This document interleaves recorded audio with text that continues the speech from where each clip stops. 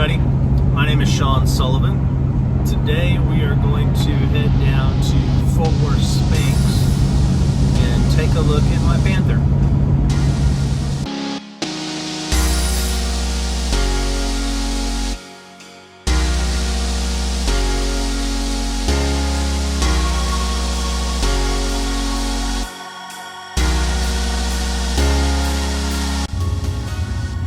Well, we are here at Fort Worth Sphinx and go take a look at a few Panthers.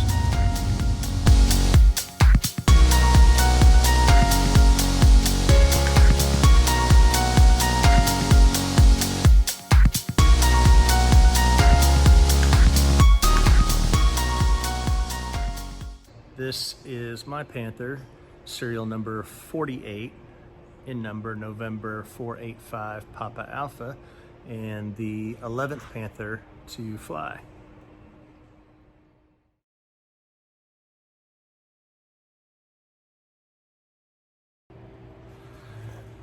My Panther is a tail dragger long wing with the engine choice of the Lycoming 0235.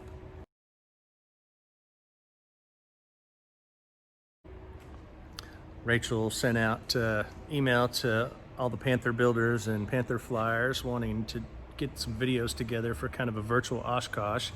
And she had a list of questions, which I'm basically just gonna run through and answer in video as I go along. So the first question is, what made me choose the Panther as my project? The short answer to that is the folding wings. I was looking at single seat acrobatic airplanes, and this and the 1X were the ones that came up, and ended up going with the Panther just because it was so much better looking. That being said, now that I've finished this airplane, the kit is remarkable. The parts are comparable to anything out there, if not better. All the machined aluminum parts are fantastic, and the welding is fantastic. I did go with the Lycoming engine on this. Another thing that drew me to the airplane was the fact that there were so many engine choices. I'm a Lycoming guy, and so I actually overhauled this engine with my AMP IA together, and we built a certified Lycoming 0235. As far as avionics and things like that, I went with MGL. I have a couple of things in here that are a little more fashion forward, I guess you'd say. I've got the EarthX battery and also the vertical power ECB. In addition to the VPX underneath, I have a Sandia transponder, and the blank space next to it is where my NavWorks ADS-B was, which is now being switched over to the UAT Echo Uvonix, I believe it is. MGL radio. I'll walk around here, give you a little better view of the cockpit.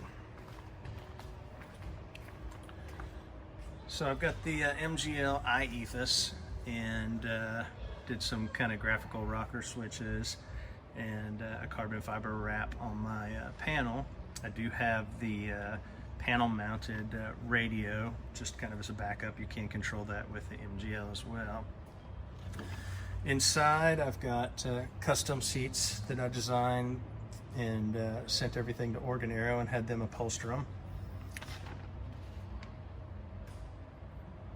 And a few other little things that I did. I did a removable top for my area down there in the tunnel where the fuel pump and fuel flow are located.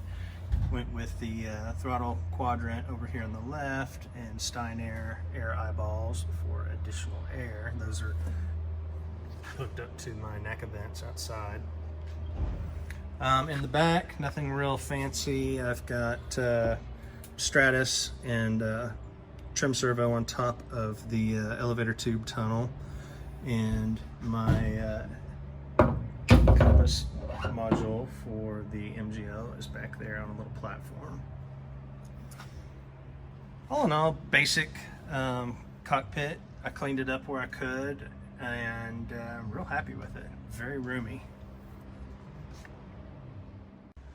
So as far as past building experience, I have partially built RV10 and partially built a Cozy Mark IV. So I had a little bit of experience with sheet metal and composites before this project.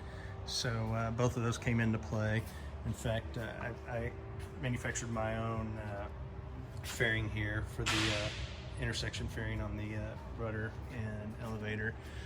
As far as how this compares, man, this airplane is super easy to put together. It's a lot of work, but there's nothing really difficult. I ended up going with flush mounted rivets, and that took a lot of extra time. Would I do that again? Probably not. I think it looks great, but in reality, I think the protruding head would be just fine on this airplane. The quality of all the parts, especially the fiberglass parts, are really, really good.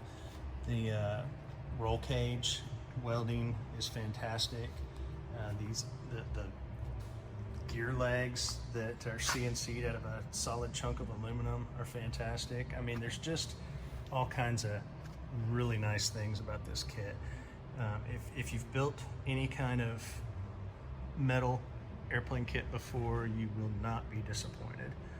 All the builder manuals and instructions are online now. The customer support is great. You can pick up the phone and actually call Rachel or Dan and get somebody on the phone right away to ask questions. There's just a lot of support, and a lot of the builders, I think there's like 29 flying airplanes now, so you got quite a few guys out there that have gotten to know their airplanes and what works, what doesn't, and how to tweak things quite a bit. Let's see, my favorite part of the Panther build, I would have to say my engine. I mean, the Panther build was great, but the engine was the first kind of new thing for me. So that I'm gonna have to say that was my favorite part.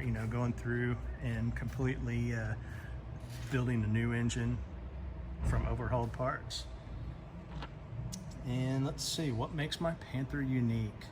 So there's a lot of unique things about mine. I kind of like creature comforts. I've got the pitot tube out here on the end, a boom pack pitot tube. Just I wanted it out where I could see it, not under the wing. That worked out really well. I did full lights on here. I've got Avio LED strobes in position, nav lights. I've got in the leading edge, I retrofitted a ductworks kit and I've got landing lights, wig-wags on each wing. Over here, as far as air goes, I have a little, I don't even know what you call it, a little vent that opens up. Let's see if I can do this here. There you go. So it brings air on your feet, and then like I showed you earlier, I've got my NACA vent that goes to my eyeball vents on the panel, so plenty of air in there. One night I was goofing around. This is all just black primer, and I haven't painted it yet, and decided to take a stab at doing some teeth on here, and it actually turned out so well that I haven't painted this thing yet, so it would probably be looking like this for a while just because I like it. Let's see, what else have I got on here that's kind of unique? The interior, like I said, I've got the cushions that I did. Pull it back over here. So the Organero cushions. And then I made this little cover for the spar. So those are just, it's a single piece of aluminum with some wing walk on top of it. It's actually Velcroed on there just to keep things from getting in there. It also gives you a good place to put your foot when you're getting in.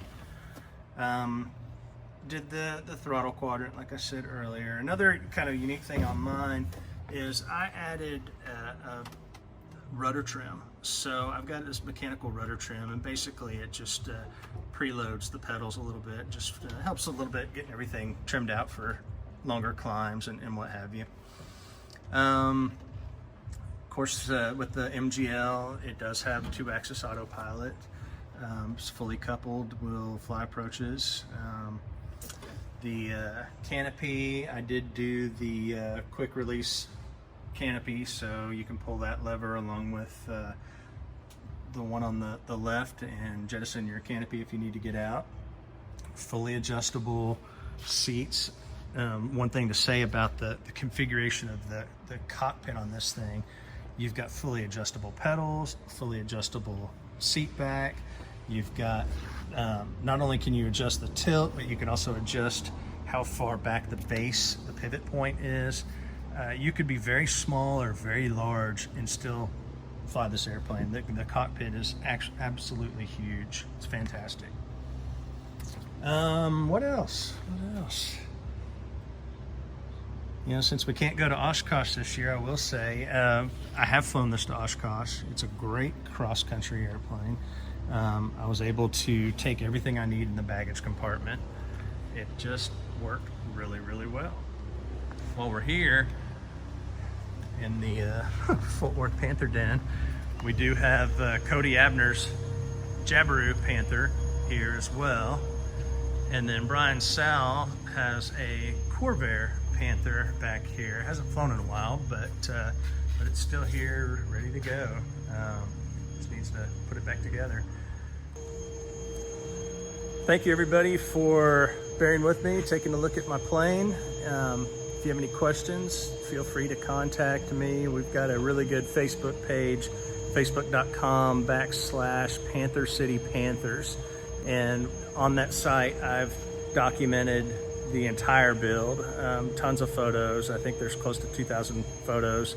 And I try to reference the builder manual with those photos. So if you need to reach out to me, that's a great way to reach out, or via the builder pages on the Panther website. And I guess that's it. Gonna miss you guys at Oshkosh this year and hope to see you next year. Thanks, bye-bye.